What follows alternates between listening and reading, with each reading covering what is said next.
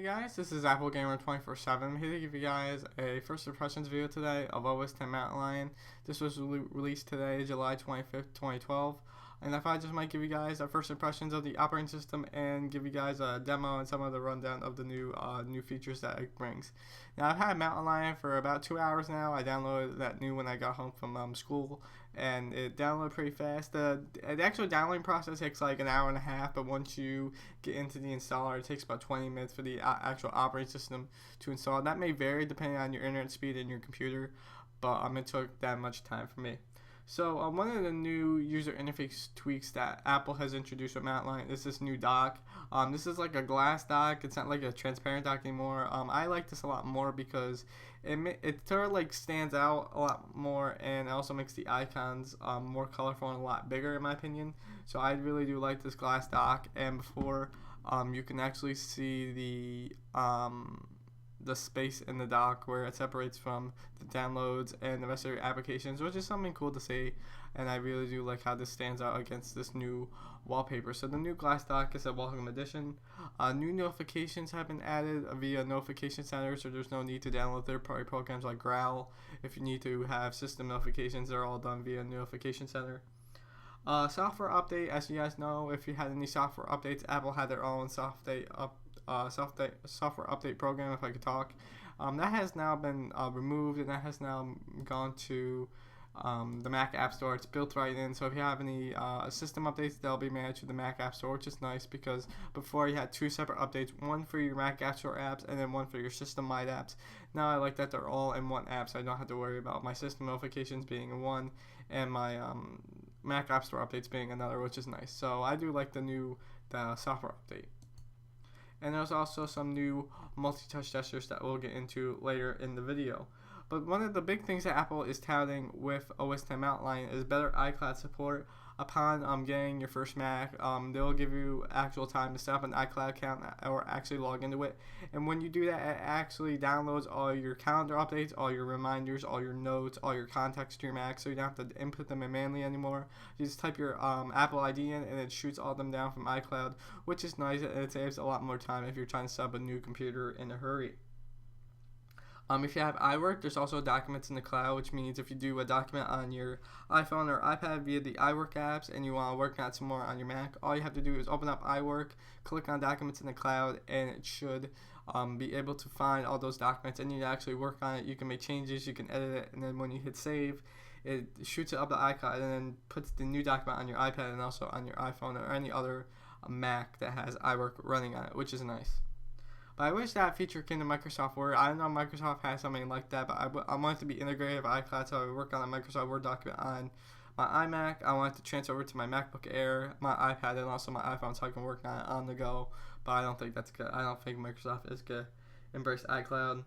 Notes and reminders are new apps added from iOS. This is reminders. It looks like the iPad app. You can add reminders via here, and you can type them in. I'm just going to say testing for this particular video.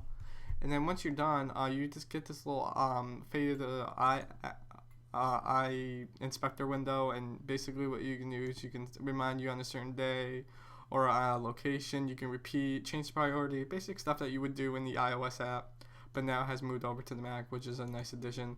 And they do a nice little fade check mark when you show them away. You can also show your other reminders via iCloud, the ones that you've done on your iPhone or iPad or another Mac if you have Mountain Lion installed. So it syncs up all your information, which is nice. So as reminders. Notes is basically the Notes or iPad app on the Mac. It basically has all your notes over here. And these are the actual notes that I'm looking at on my iPad for this particular video. And I typed all these, and they sync with iCloud. So any notifications that are notes, I should say, that are you do on your iPad or iPhone will automatically sync to your Mac via iCloud, which is a nice addition if you want to do any quick changes once you're at your computer. Another thing that you can do is you can also save from iCloud via text data. If you have a text data document and you're writing somebody's phone number or address down, you can actually save that to iCloud, and it actually goes into iWork for later editing or actually finishing up a document if you were to do a document in text edit. So that is iCloud support. Messages is out of beta. It was in beta for a while. You could download it for Lion and use it. Now iMessage is finally available on a Mac, but also works on iCloud, and also works with the legacy chat applications that iChat supports. So let me give you an example of a iMessage going on. So I'm gonna send one from my iPhone 4S here. So let me just type this out.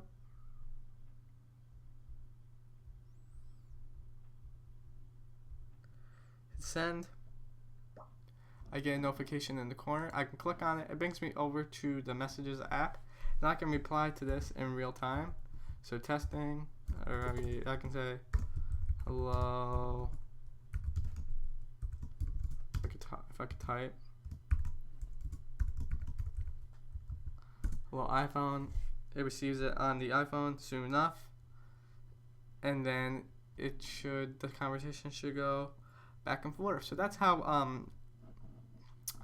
iMessage works on Mountain Lion, which is nice. If you have a conversation going on your iPhone, you can continue it on your Mac with no problem. That's one of the things I wish iChat had built in rather than releasing a new app. But Messages is pretty nice. So definitely get this on Lion if you don't have it. The beta is still floating around Lion. But if you have Mountain Lion, definitely sign up for iMessage and get iMessage working on your Mac, which would be awesome. So yeah, the notification center comes to the Mac. It's an easy way to see all your notifications. You can get to it by swiping over to the side, and this is notification center. Basically, it shows any updates you have. As you can see, I have a calendar update that keeps repeating going on. So I have a calendar update. Any emails or system updates will show up in here. What's cool about this is that since Twitter is a connected source to share things from, you can actually tweet from notification center by clicking this button. You get a compose window that you can type stuff in and add your location.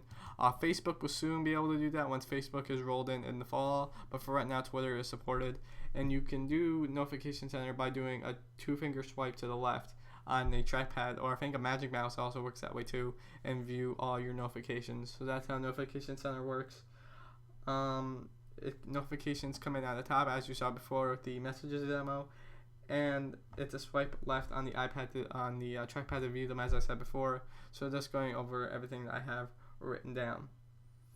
Siri Dictation comes to the Mac as well. Let me open up notes here just to give you guys a quick demo of that. Now, what Siri Dictation is basically like on the iPhone 4S or iPad, the new iPad. You're able to press a button and you're able to dictate a sentence or a paragraph to your Mac and without worrying about how to type it. So let me just give you an example of how you do that. You hit the function key twice. This is test of dictation on Mountain Lion, period. Then hit function key when you're done.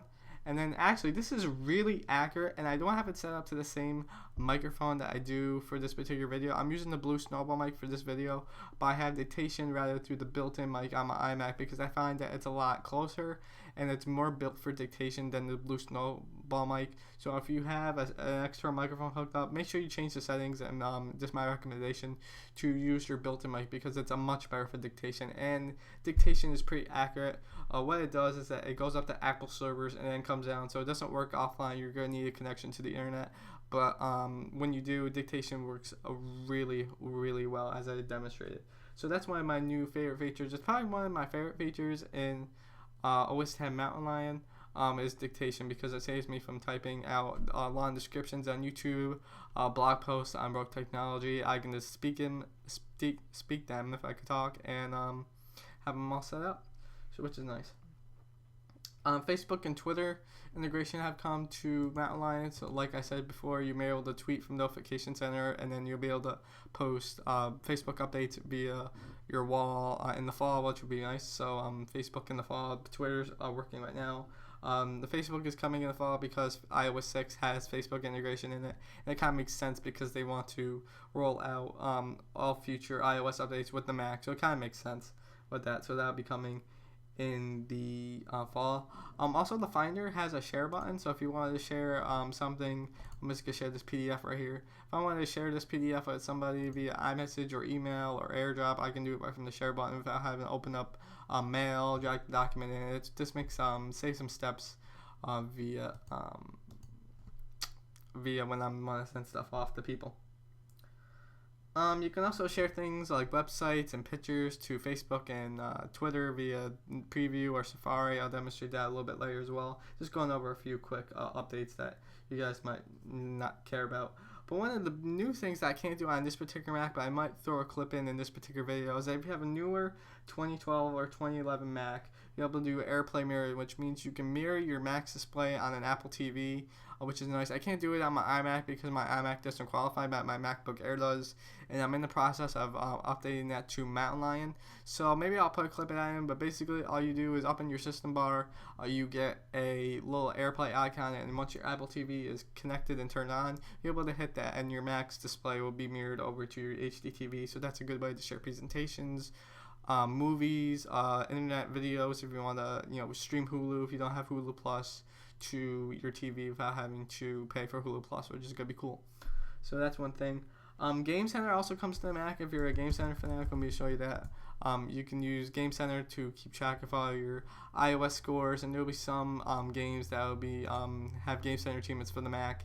And there actually will be a separate section for your OS X games, and then there'll be a section for your iOS games. But as far as I know, and on day one of Mountain Lion, there is no Game Center compatible games, but that should come over with time. I'm not gonna be able to. I won't use this that much because I'm not much of a gamer. But if you guys like to play on Mac App Store based games or Mac games, or just basically any game in general, you'll be able to use Game Center, which would be nice for achievements and get your gamer score up on Game Center. So that's cool if you're into that kind of stuff. Gatekeeper is a new security measure to keep your Mac safe. Let me give you guys a little demo of that. What Gatekeeper does is that basically allows downloads from from only the Mac App Store on default and identical developers. But I have mine set to anywhere because I don't really run into that many viruses on the Mac. I'm really careful on what I click on, and I don't think I need Gatekeeper. But by default, it will be set to Mac App Store, and this will prevent you from getting viruses or just give your Mac a walled garden. But if you want like a full no walled garden experience, Apple does give you the option to turn it off. So Gatekeeper is like a security measure that prevents you from downloading viruses. But I have mine turned off because because I'm careful what I do on my Mac. So let's talk about Safari. Now Safari was recently updated with Mountain Lion.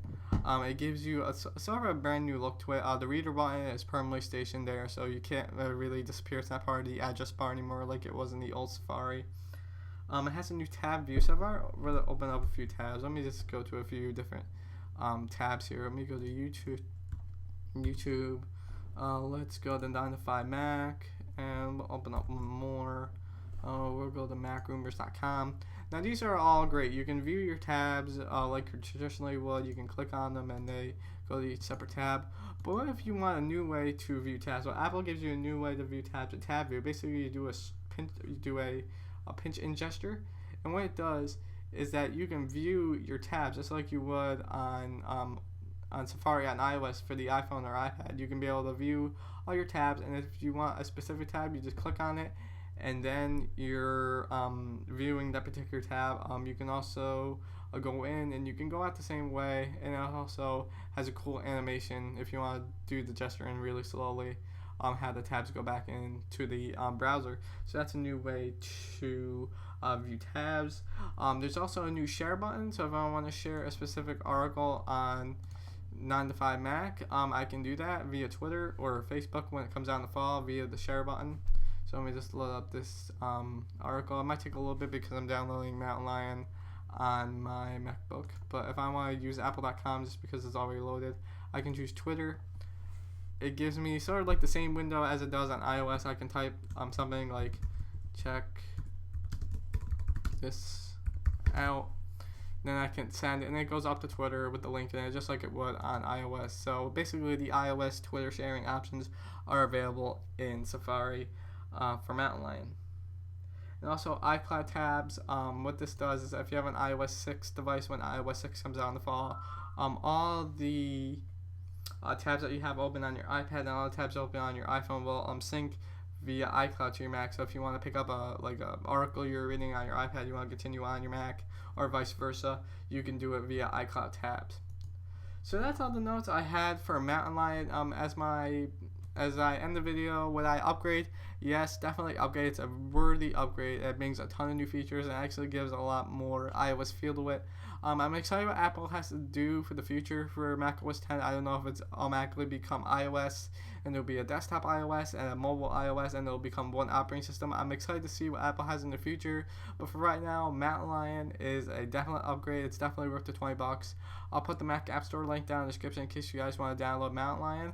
So if you guys have any questions about Mountain Lion, I should be doing more tutorials and more how-tos on it later in the video, later this year once I get to know the operating system a little bit more.